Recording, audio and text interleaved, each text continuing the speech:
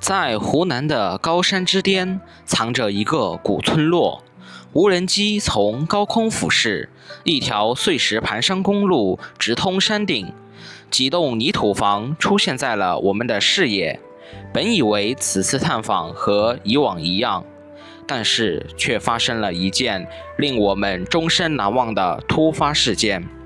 愛車深陷高山山坳，進退兩難。幸得淳樸善良的村民援手相助。本期視頻可能有點長，還請大家耐心看完。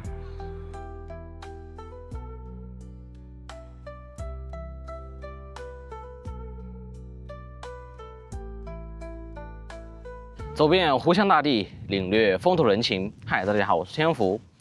微風徐徐，在這個寒冷的冬季，都感覺不到一絲刺骨的寒意。因為今天的天氣實在是太熱了，有20多度。現在我又來到了湖南的一座大山裡面。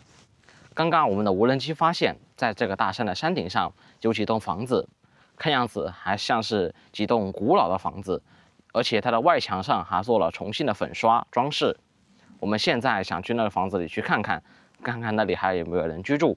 現在就出發吧。嗨，大家好。現在我們沿着我眼前的這條泥巴路往山頂上走，去看看那幾棟房屋的現狀。不知道今天的古村落探訪又會有怎樣的收穫？大家跟我們一起拭目以待吧。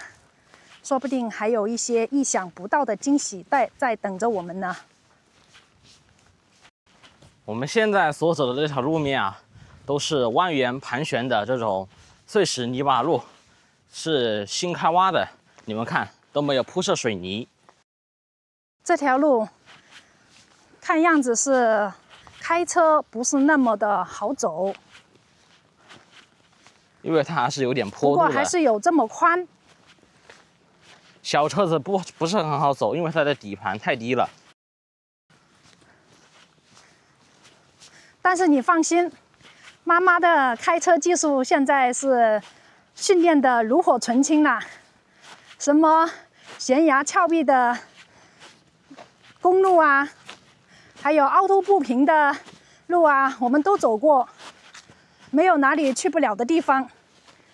畢竟你已經開了10多年了，是10年老司機了。你看這個路面啊，一路是坡度，我們要爬上去。是的。走路上去，還是比較吃力哦。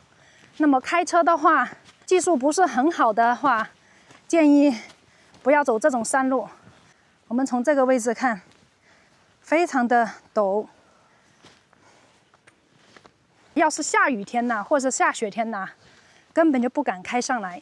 住在山裡面的村民，普遍的都認為，就是上下山不方便。基本的生活條件還是可以。看到了地面上還是有車子碾壓的痕跡，說明還是經常有車子上來。現在都已經是冬季了，天氣還是這麼的熱啊。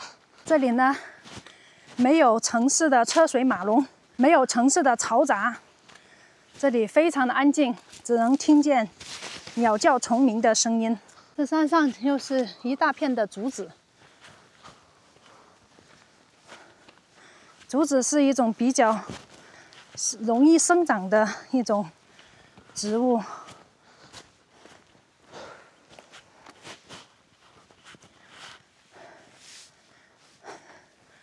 你們看，這棟房子就在我們的眼前了。我剛剛一路走上來，沒有發現這裡有電線桿哦，但是現在這裡就看到了電線桿了。鏡頭前有一棟房子，旁邊有架設了電線桿。這棵樹看上去非常的古老哎，這看上去是樟樹嗎？從這裡轉上去。哦，這裡有一棵桂花樹。然後這棟房子的主人還在他的房子的周圍啊，栽種了一些這樣子的茶子樹，還放了好多這樣子的蜂箱。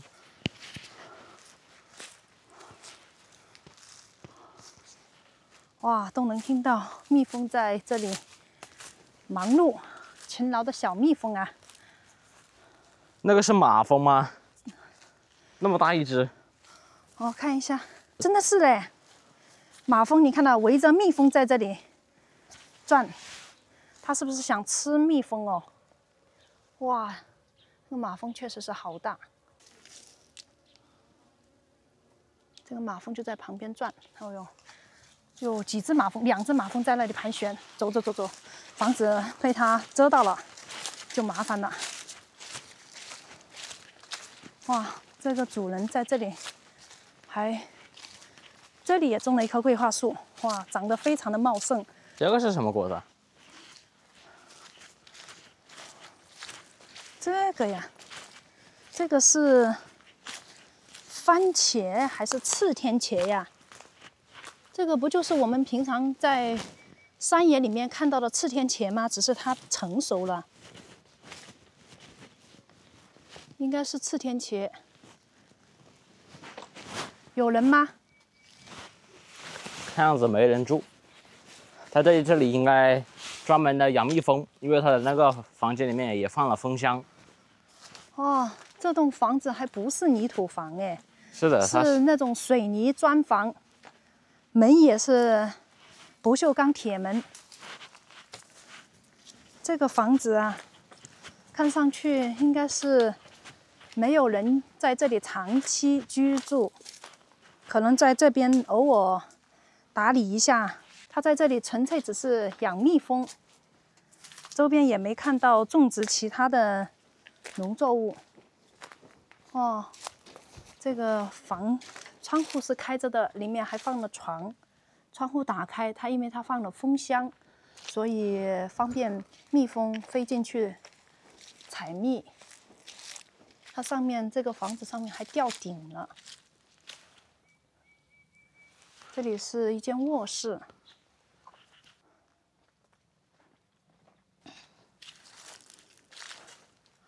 哇，這個房子這個地方還算是比較空曠，它是沿着山體修建的。這裡原本有一條路，但是很久沒有人打理了，所以基本上是荒廢了。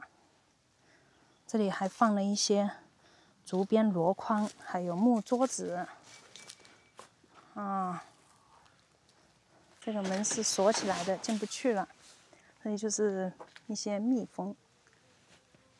近距離的看一下，蜜蜂，勤勞的小蜜蜂在辛勤的勞作。好，這個地方也放了。哇，那今天真的是不走運吶，又沒有碰到這棟房屋的主人。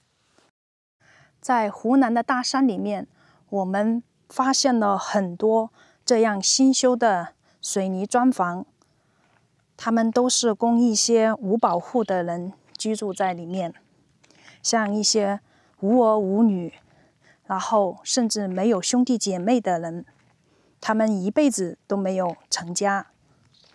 那麼我眼前的這棟房屋的主人，我猜想很可能是一位無保戶。那麼今天非常的不走運，沒有碰到這棟房屋的主人。我們無人機發現前面還有幾棟房屋，不知道那裡是否還有人居住。那麼我們走到前面去了解一下這邊的情況。這條路，這山頂上啊，人跡罕至。我們走了這麼久都沒碰到一個人。在這個位置啊，很清楚的能聽到對面山谷裡有伐木工的锯樹的聲音。我估計在這個山上穿行的人吶，可能最多的就是在山上伐木的當地村民，使用电锯锯木头的声音。我们走到这個位置，發現路邊有一輛摩托車，但是沒看到摩托車的主人。有可能他是到這個山裡面去砍伐樹木，或者是去裡面撿這種山裡的茶籽。我們看到這裡有一條岔路。我們無人機發現的房子還在這個山頂上，所以我們現在走這邊上去，應該是快要到了。旁邊的這個主幹上面都架了電線呢。是啊，這個電線是從山谷下面延伸上來的。這個電線往那邊走的話，應該翻過這座山包就能夠看到那邊的房子了。我猜應該是有人居住。鏡頭前的一棟房屋，看上去是那種古老的泥土房。你看，路邊就有人砍的沙樹堆放在那裡。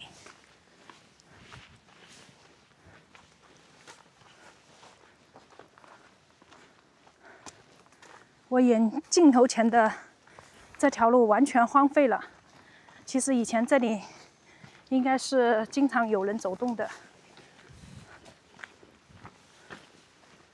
可能住在這山裡面的人基本上不多了。门前晾曬了衣服，肯定是有人居住，毫無疑問的。它這裡是堆放了很多木材。難道專門是在這裡做木頭的加工？可能主人在這邊。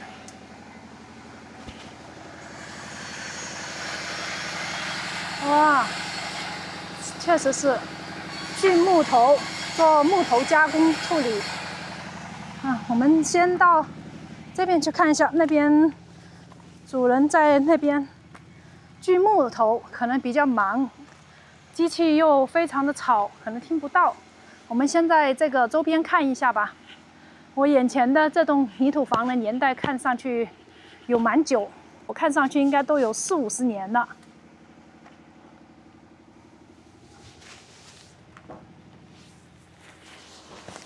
這裡堆放了一些瓦片，我估計是用於這邊房屋的檢修做準備。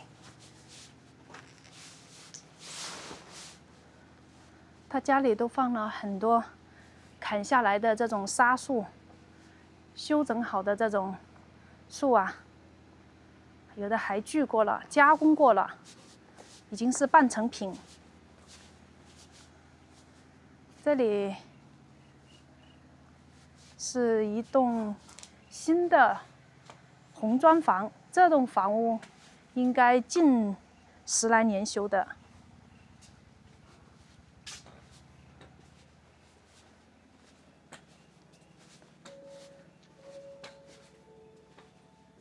他们在這裡安裝了一個衛星天線，用於接收電視信號。在這山裡面，估計沒有網絡，可能打發一些時間吶。在門口曬了野菊花，就是我剛剛在路邊看到的。這種野菊花有非常好的藥效，它是泡水喝，有清熱解毒的功效，藥用價值非常高。我們去跟主人打聲招呼。你好，有人嗎？哎，你好，阿姨。那裡在加工木頭的是你什麼人呢？兒子。是你兒子在這裡啊？奶奶，你貴姓啊？我姓謝。姓謝呀？您年紀有多大呀？70歲呀？坐着不？好熱的啊！哎呦，外面真的好熱，今天。啊，現在你一個人在家裡看電視？哎呀，坐一下。哎，我發現你們這個房子是新修的，這棟房屋修了有多久啊？5年的。大概5年的樣子是吧？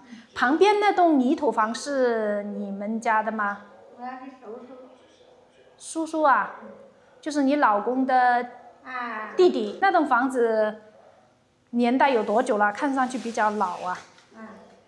有60年的嘞。有幾十年是吧？现在還有人居住在裡面呢。啊，還有啊，他們家，我的都是家裡去到外面去了，去外面去了又到城裡老住的地方又起了房子。哦，他們到城裡面去居住了。那麼這棟房子呢，就是你們可能放一些木材在裡面，偶爾還給它打理一下。是的，老房子如果沒有人去打理的話，就很容易坍塌。很久沒人居住的話，你們這個地方就只有你們這幾戶人家住在這裡嗎？他的好多有好多戶數啊。哦。走的。後面那裡還有人住嗎？還有5個。後面那裡還有幾棟房屋啊？現在還有人居住嗎？外面去的。都去外面了，但是也那幾棟房屋都废棄在那裡了嗎？哦，以前這個村落住了多少人呢？有幾十個人了。以前有幾十個人，後面慢慢的就搬離了這裡。你兒子專門現在在這裡面搞一些山上的沙樹，然後加工。收到別我那個樹加工啊。收到別人的樹來這裡加工的。哦，他就專門買了那種鋸木的工具，做成半成品。那也還好啊，在這個山裡面。山裡更新了。山裡更新這個，山裡更新的大耕嘞，就是。哦，城裡面啊，這種木頭用於城裡面一些房子的建設。哦，你有幾個孩子？你有幾個兒子啊？有2個兒子。有女兒嗎？有1個女兒。哦，2個兒子1個女兒，2個兒子現在大兒子在這邊還是小兒子在這邊？都在這裡啊，2個兒子都在這個，經常還在這個山裡面。這個2輛汽車是你兒子的嗎？哎，我看到上面那裡有一棟泥土房，這房子好像看起來沒人住了吧？接着又回來呀。哦，他的兒子接他到城裡面去了。他們經常会回來嗎？偶爾也會回來。哎，我剛剛從這個山那邊呢，碰到那裡有一棟房屋，就是這種磚房，一個平房啊，那裡養了蜜蜂。那棟房屋是什麼人住的了？那人家4個的嘞，4個嘞就是關了去了嘞。哦，那裡的那個主人以前是什麼情況啊？他是跳5保戶人啊。5保戶，他無兒無女。還有女兒。哦，他有女兒呀。我還以為是一般就是一輩子沒有成家的人。女兒的。哦，他有個女兒，就什麼時候過世的了？她老公死的了，她就到女屋裡去了不？以前是2夫妻住在裡面。然後他就老人家過世了之後，然後那個婆婆就跟着女兒那裡去居住了，就沒有一個人獨自生活在那裡了。一個人都孤的不？是的，一個人住在那裡還是比較孤單。難怪我們剛剛過去的時候，房子是鎖起來的，但是它周邊放了很多蜂箱。那個是他自己搞的還是其他人在那裡？哦，山裡面其他的鄰居搞的，我猜想可能是5保戶了。他那棟房子是政府幫忙修的嗎？可能他肯定還，成功可能是哪個点钱。哦，政府資助了一些錢，然後他女兒可能資助了，然後自己家一點積蓄，就修建了那棟房屋了。那棟房屋是廢棄多久了呀？有6、7年了吧。或是只有3、4年，修房子修了6、7年，住宅就在那裡吗？是的，就在老家啦。哦，那個房子以前就是一個老房子，只是年代久遠了。把房子拆掉了，劈掉了。哦，把房子拆掉了，再修了一個這樣的水泥氈房。我那個都是，我的是以前就是老家了，我那個是。哦，你們原來就是一直是你們祖祖輩輩就生活在這裡。哇，以前想想以前的道路有這麼寬嗎？你們以前怎麼上下山的呀？我這很難想象啊。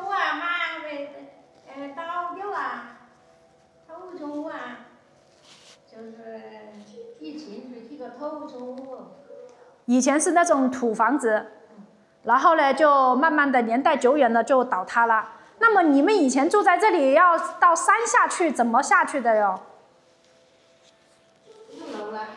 就只能走路，沒法騎車子，沒法開車。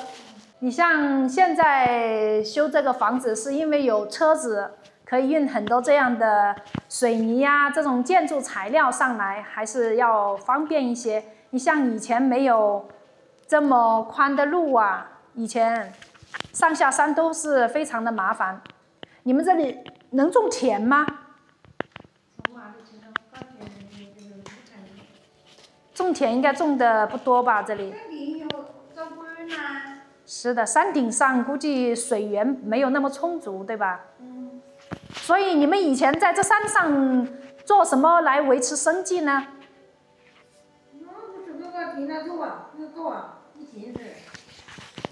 就是種一些紅薯之類的吧。哎呀，真的，以前住在山裡面很辛苦，很清苦吧？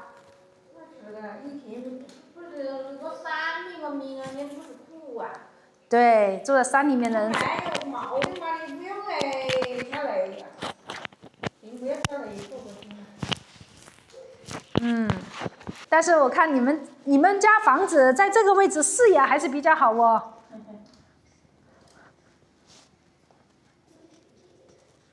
這是奶奶他們家，你看他們家這個房子啊，在這個位置，還是風景啊，真的很好，視線也非常的開闊。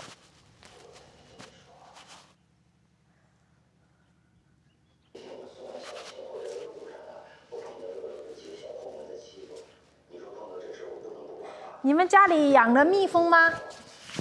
蜜蜂養的不多。啊，雞呢？我都沒看到養了雞呀。沒有，山羊呢？沒有。哎，在這山裡面不是好養這些東西嗎？我的是從我自己要住的，就不能給建築這個。哦，你們也經常到山下去，不是一直住在這裡面。我看到前面搭了一個那種木棚子，那裡是做什麼用途的？以前是烤羊的。哦，我看一下，參觀一下可以嗎？接收器、天線。鍋子。有那個鍋，那個天線。安裝的那個，所以在這個裡面還是可以收到一些電視節目，打發一下時間。這山裡面用的機頂盒、衛星天線。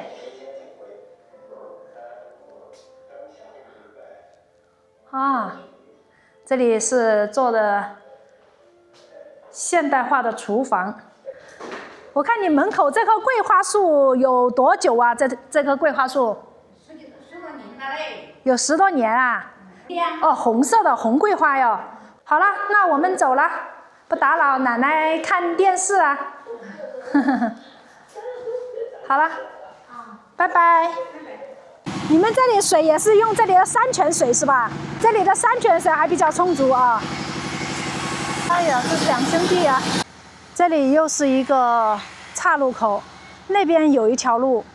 剛剛那位奶奶說那上面沒有人住了，她說往這上面走，我們就從這裡過去。這裡聚了好多木頭，我估計是他們放在這裡的木頭，從山上砍下來的正好在他們房子的上面。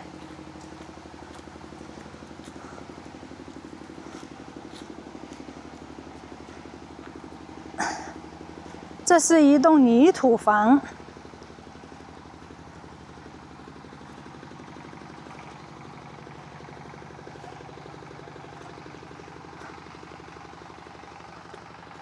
也是電線拉到家門口這裡。哇，這個泥土房也是非常的古老，至少都有50、60年了，看上去。它門口放了風箱，剛剛下面的這位謝奶奶說，他們这棟房屋的主人偶爾也会回来。這門口的風箱，不知道是廢棄了還是在使用，看上去是已經廢去了。上面還做了一些吊腳樓的形式，搭了木板，上面可以堆放一些柴火呀，或者是農用工具。它這裡也是2戶人家，門口堆放了一些家具啊，還有風箱。這些風箱看上去是廢棄了。這個電線呢，一直架到這裡來。在這個樹上這裡做一個轉接，然後牽到家裡來。它這個電表都還是後面更新換代過的。你看這個泥土房啊，非常的古老，這裡看上去真的有60、70年了。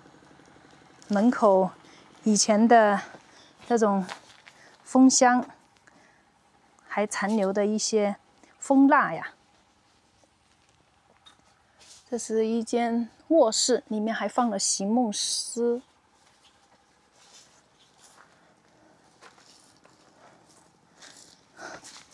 門口這種台階呀，就是石塊，應該是就地取材的一些石料。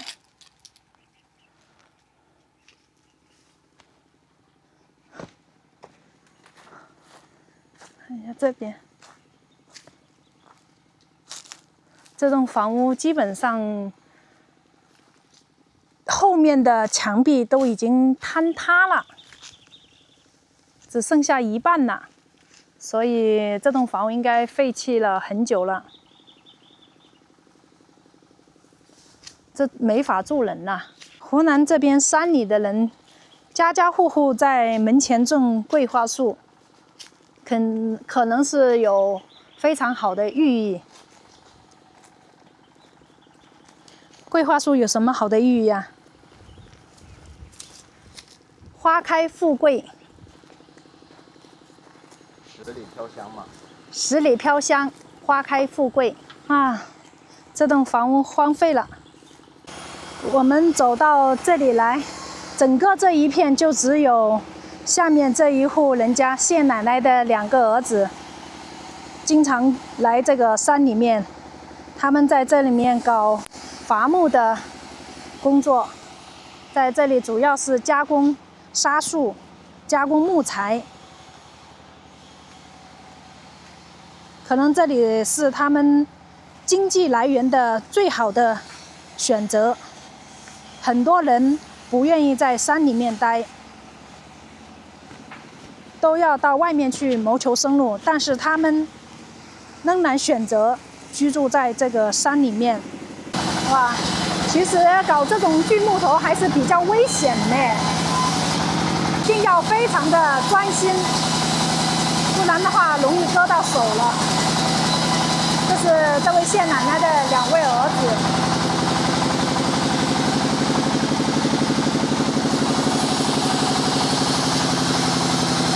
他們在忙碌，我就不去打擾他了。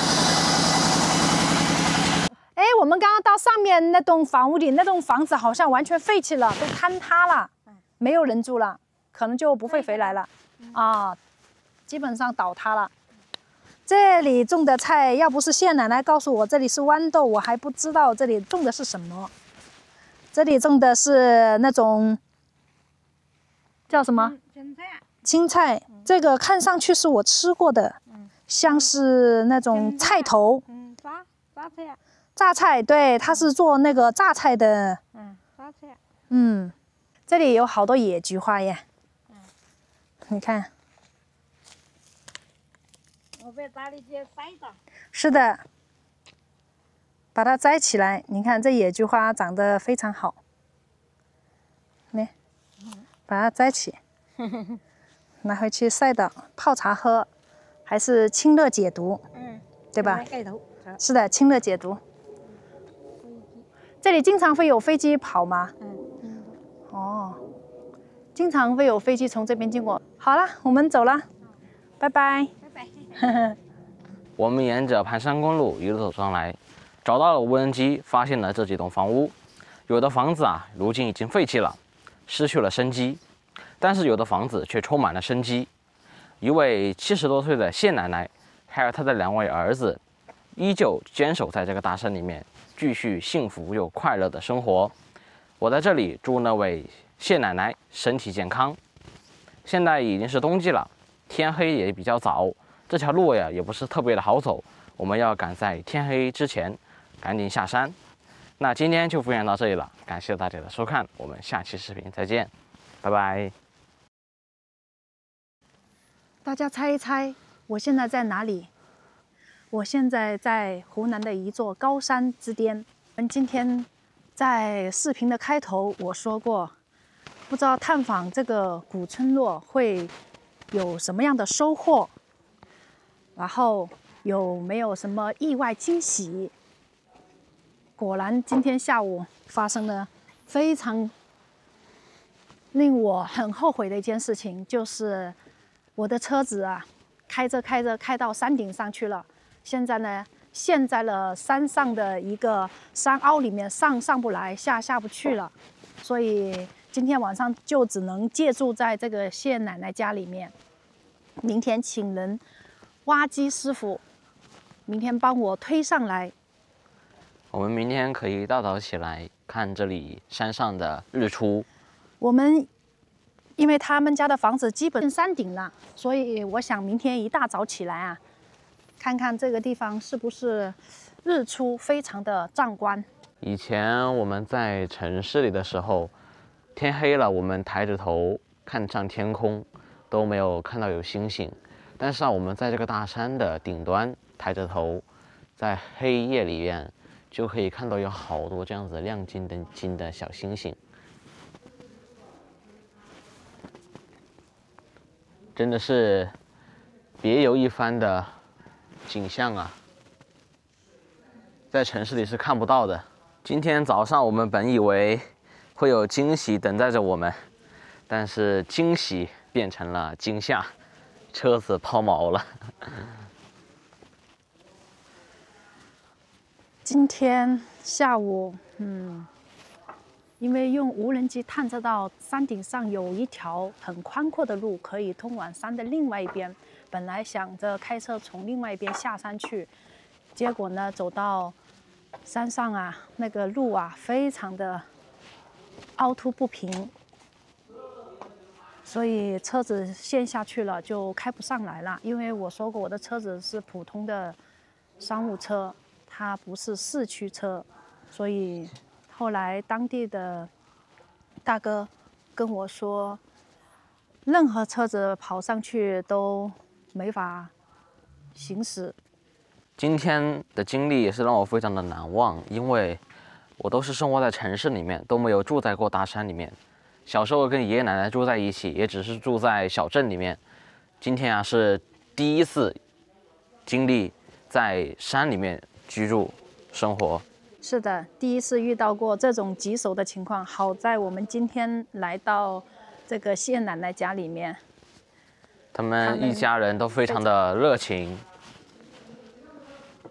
所以今天晚上只能在他們家過夜，然後明天一大早請挖機師傅幫我們把車子推上來，真是一次難忘的經歷。如果我們明天要是一大早可以起來的話，站在這個山頂之上，就可以欣賞到美麗壯觀的日出。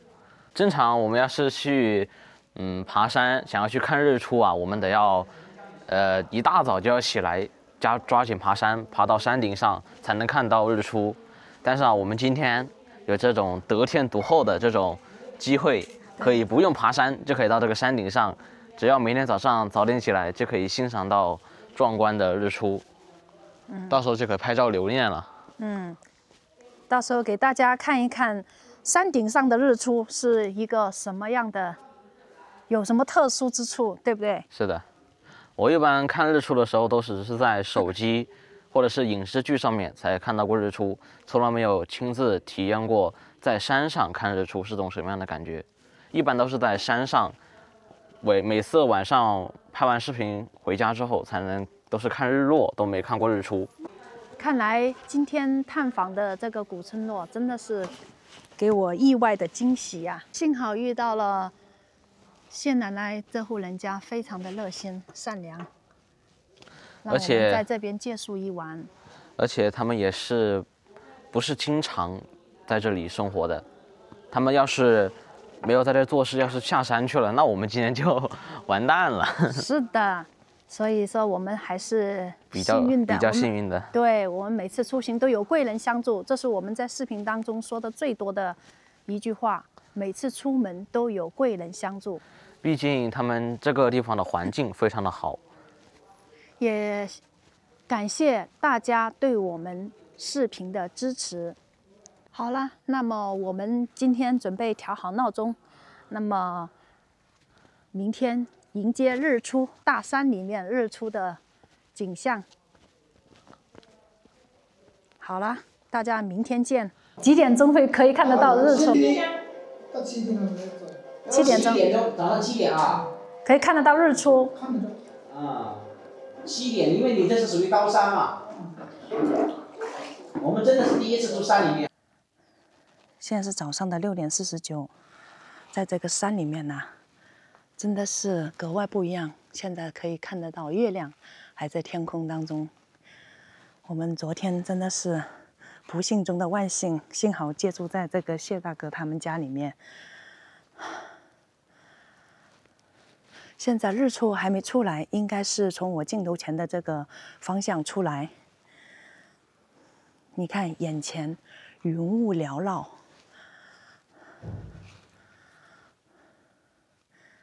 這一次的遭遇經歷，讓我感觸很深。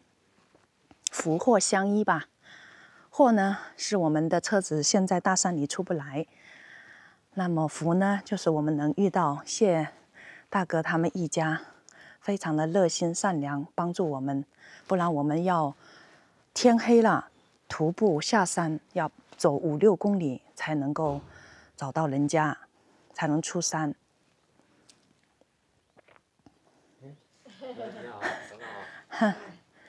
早上好。還好。嗯。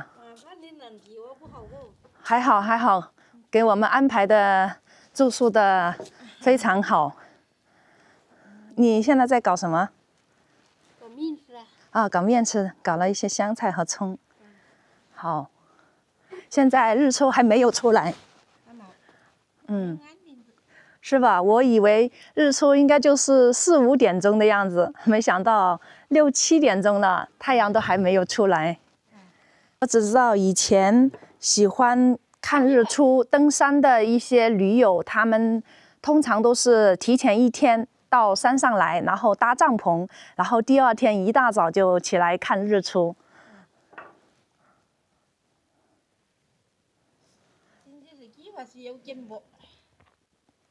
第一次感受到住在山裡的感覺，真的是福禍相依。如果沒有昨天的遭遇，那麼我就不可能有這樣的機會待在這個山裡面住一晚上。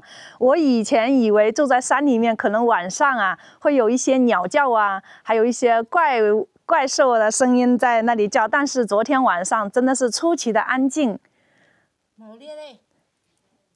對，晚上比白天還要安靜一些，都沒有鳥叫的聲音。什麼聲音都聽不到。我一個人在家裡冇的。哦，一個人在家裡都不害怕。不怕。是的，很難想，所以第一次有機會待在山裡面，感受了1天，體驗了1天住在山裡的感覺。也是非常感謝你們熱心幫忙。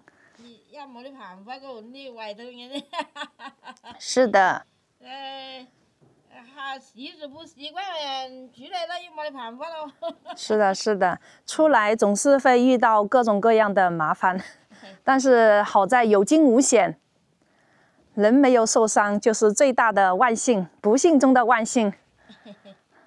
昨天是謝大哥他幫我打電話聯繫他的一個親戚開挖機的師傅，肖師傅，他今天上午會過來。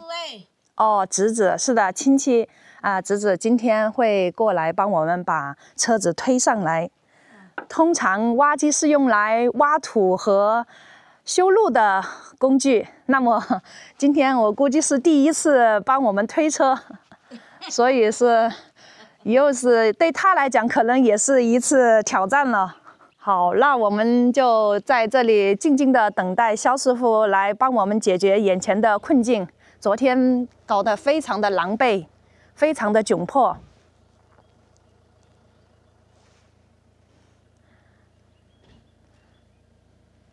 但是好在有你們一家人的幫忙，我們感到非常的暖心。昨天天福也搞到非常的疲勞，所以昨天晚上約好了一起來看日出，但是現在還在齁齁大睡。不過天邊的日出還沒有出來，估計太陽也還在睡懶覺。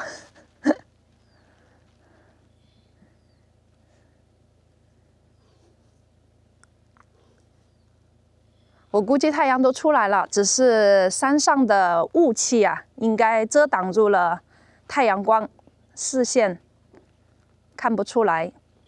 現在是2025年12月11日早上的7點05分，日出還沒有出來，但是我眼前的景象啊，還是一片雲霧蒙蒙的感覺。這要是遇到下雨天，可能我面前就是一片壯闊的雲海了。等一下，我們用無人機飛一下這邊清晨的風景，跟大家分享。這裡基本上是每3分鐘就一架飛機經過，只是聲音完全聽不到，好小的聲音。這架飛機又是從這裡經過，但是第一架飛機從月亮旁邊經過的時候，擦出一道非常明顯的痕跡，只是我的相機沒有及時打開，沒有捕捉到那個奇妙的景象，非常遺憾。哇，日出就出來了，只是被我鏡頭前的那棵樹給擋住了視線啊！哇，金燦燦的，看到嗎？金燦燦的日出，我們現在用無人機同時拍攝，哇，太美了！快點，快點！哇，越來越高了。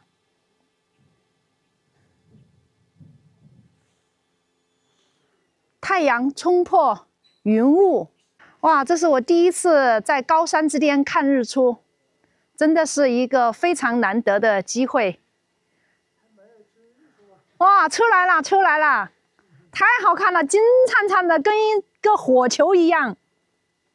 這個是我們在城裡面沒法看到的景象。好，無人機對着那裡拍，可能看得更清楚。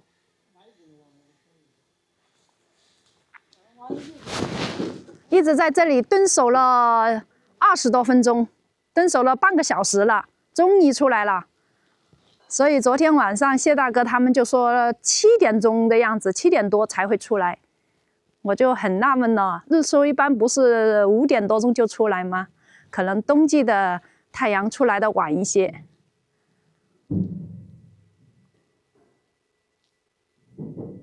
哇，真的跟火球一樣的，金燦燦的火球出現在我的鏡頭裡面，在無人機的視角看上去，可能有一點雲霧，所以還顯得有一點模糊。但是我在下面用攝像機拍攝的話，反而更加的明亮，真的像火球，光芒四射的日出太陽，現在完全離開了地平線。看到鏡頭前有一架飛機飛過，後面尾巴有一道劃過的痕跡。昨天下午從謝大哥他們家出來，本來打算原路返回，但是我們在這個位置飛無人機，發現對面的那座大山裡面還有房子，我們想看看裡面是否還有人居住，就想開車上去。所以我們呢就開車開到這個地方，然後再進到山裡面去。後面山裡面的路呢確實不好走，然後越走越陡，而且路面非常的鬆軟，後面就困在大山裡了。那個坡度啊上不來，因為我的車子不是四驅車，所以實在是爬不上來了。嘗試了10來次，沒辦法，我們只能夠徒步出山，走到這裡。好在這裡遇到了謝大哥他們一家，非常的熱心善良，收留了我們，讓我們在他們家吃晚飯，在他們家留宿過夜，非常感謝他們。晚上我們坐在一起，圍着火爐促膝長談，他們告訴我們以前他們生活在這裡的一些情況。在他們這一片，以前一共有8戶人家居住在這邊。這條路呢，通往山腳下，是一條羊腸小道，而且距離大概有6公里左右。那個時候，在30多年前，他們這8戶人家每家出錢出力，用鋤頭一凿一凿的把路面拓寬到2.5米，整整花費了3年的時間。想想是非常的艱苦。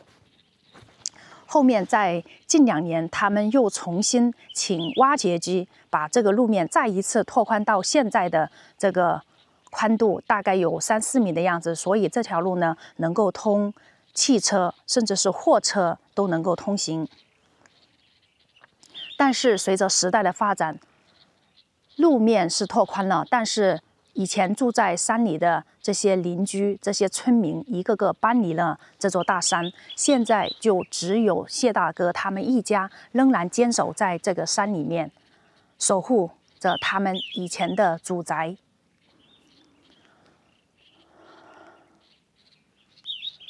所以，他們昨天的善舉讓我們感到非常的感動，也非常的感謝他們。好，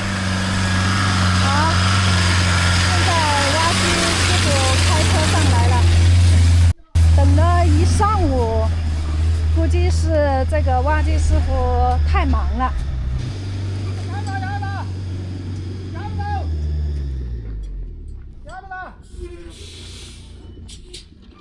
12點鐘了，而且好快的，整整等了一上午了。幸好你還有親戚搞這行業的，你可以讓你兒子跟着他學啦。兒子啊，大的是不會學的啦。可是你小的可以學嘛，記住嘛，我就說了。小的他还在上学啊，看他的操作。这个现成的是老师傅嘛，就马上教不好了。是肖師傅吧？啊，你好。你好，你好。你這個挖機還是小型挖機嗎？對。哦，看起來有蠻大呀。一個上午啊，你是不是很忙哦？對，上午又忙呢，就他們要我不過來，我說那不行，我答應了別人的，肯定過來。哦，那好啊。我是非常麻煩的哦。我在想，挖機一般是挖土啊、修路啊，現在搞得要跟我推車。貨車他都搞了，我都搞過。哦，貨車你都拉上過來啊？那真的好厲害哦。我們在謝大哥家裡，現在謝奶奶在煮飯煮菜。他這個灶台啊設計得非常巧妙，它整個灶這個位置啊，全部裡面佈置了水槽，它裡面全部有水，然後在燒火的時候啊，這個水就會加熱，然後在任何一個水龍頭這裡都是有熱騰騰的水出來。像冬天的話，洗碗啊、洗菜呀、都非常的方便。你看，他剛剛還把水龍頭打開，要放掉一些，因為非常的燙，裡面的水。包括剛剛洗手間沖馬桶的水都是熱的，非常方便。在我們那邊都沒這樣的設計，所以說農村人很多這樣的智慧啊，真的非常值得借鑑，也是讓我又長見識了。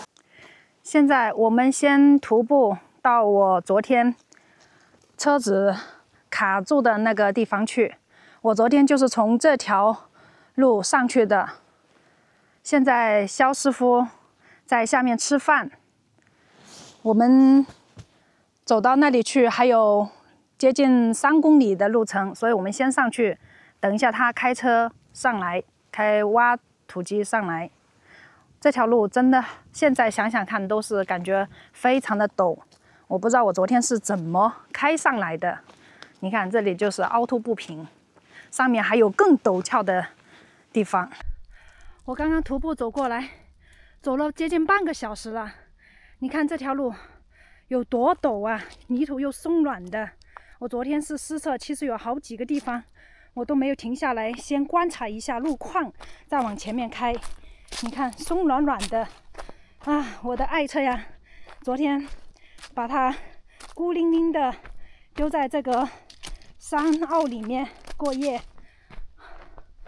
啊。你看昨天在這個位置，我嘗試了10幾次加油門，就是爬不上來。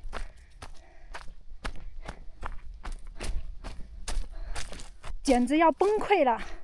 你看我的車身啊，傷痕累累呀，而且最後實在是沒辦法了，直接就卡在這個地方了。車輪冒煙都爬不上去了，全部刮花了。所以奉勸大家來山谷裡面探險的人啊，路況一定要去觀察好才能前行，不能像我們這麼盲目，這是前車之鑑吶。啊，你看這條路也是跑得稀爛了，很鬆軟的，而且我後面那個坡更陡，我昨天還在這個位置掉頭過來，我都佩服我當時怎麼掉過的頭，所以整個旁邊的樹都被我的車子給碾壓過了，所以車身刮得稀爛。如果你們愛惜你們的愛車呀，盡量不要到這種地方來。昨天晚上謝大哥告訴我們，這條路啊根本就不是一條通行的路，它是防火帶，用於森林防火隔火的一個。你看肖師傅的挖掘機跑過來都是行駛非常的緩慢，基本上只有1車寬的路面，而且看上去泥土啊都是非常的鬆軟。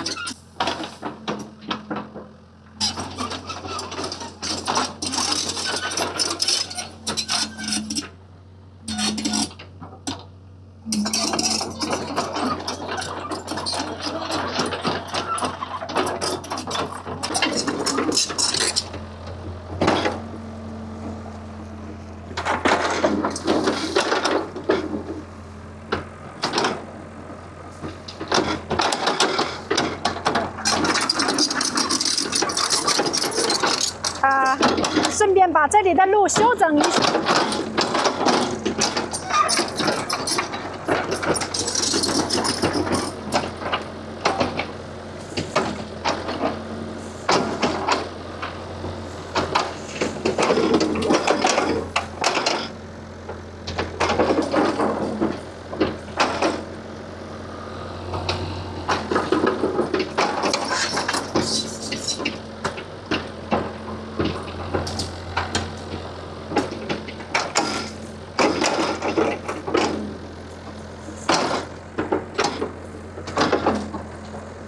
完全是很鬆軟的泥土。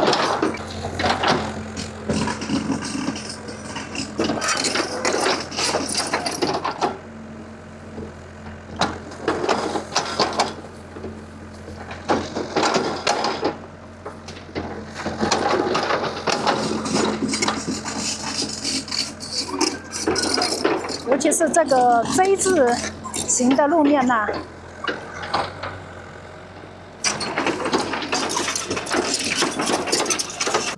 這一次的突發狀況讓我感觸很深。作為旅行博主，尤其是新人，更加需要面臨各種不同的挑戰。每一次外出，都可能有新的狀況發生。我們在前幾個月將無人機飛丟在山谷，那麼這一次我們的車子深陷高山山坳之中，動彈不得。好在有當地的村民援手相助，我們才得以脫險，真的是不幸中的萬幸。不過在旅拍的這條道路上，我們會繼續堅持走下去。我們力求將視頻拍得更加精彩，分享給大家。因為有大家的支持，我相信我們會走得更遠。再一次感謝大家的收看與支持。